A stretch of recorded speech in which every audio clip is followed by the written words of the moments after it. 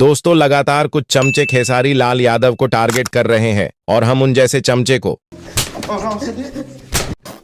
अब देख रहे हैं। फिर कुछ विरोधी लोग खेसारी लाल पे कुछ से कुछ ज्ञान दे रहे हैं और बोल रहे हैं कि खेसारी लाल ने राम जी के बारे में गलत बोला। ये भगवान क्या जुल्म है। खैर, उन जैसे चमचे को बोलेंगे कि जितना तुम और तुम्हारे परिवार में लोग राम जी को जानते और नहीं मानते होंगे, उतना खेसारी लाल यादव मानते हैं। बात तो सही है। तुम लोग हर चीज व्यूज लेने पहुंच जाते हो। शर्म करो, भगवान से डरो।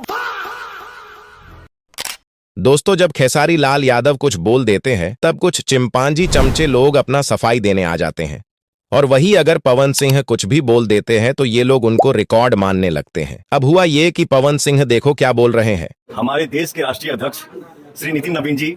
अच्छा, पवन सिंह को खुद पता नहीं है कि क्या होता है और क्या बोल रहे हैं। अब यही चीज चमचे को दिखा दो तो बुरा लग जाएगा, और जिसको बुरा लग जाएगा उनको बस। खैर, जैसा इनका गुरु है वैसा ही इनका चमचा है। क्या बोलते हो आप सब?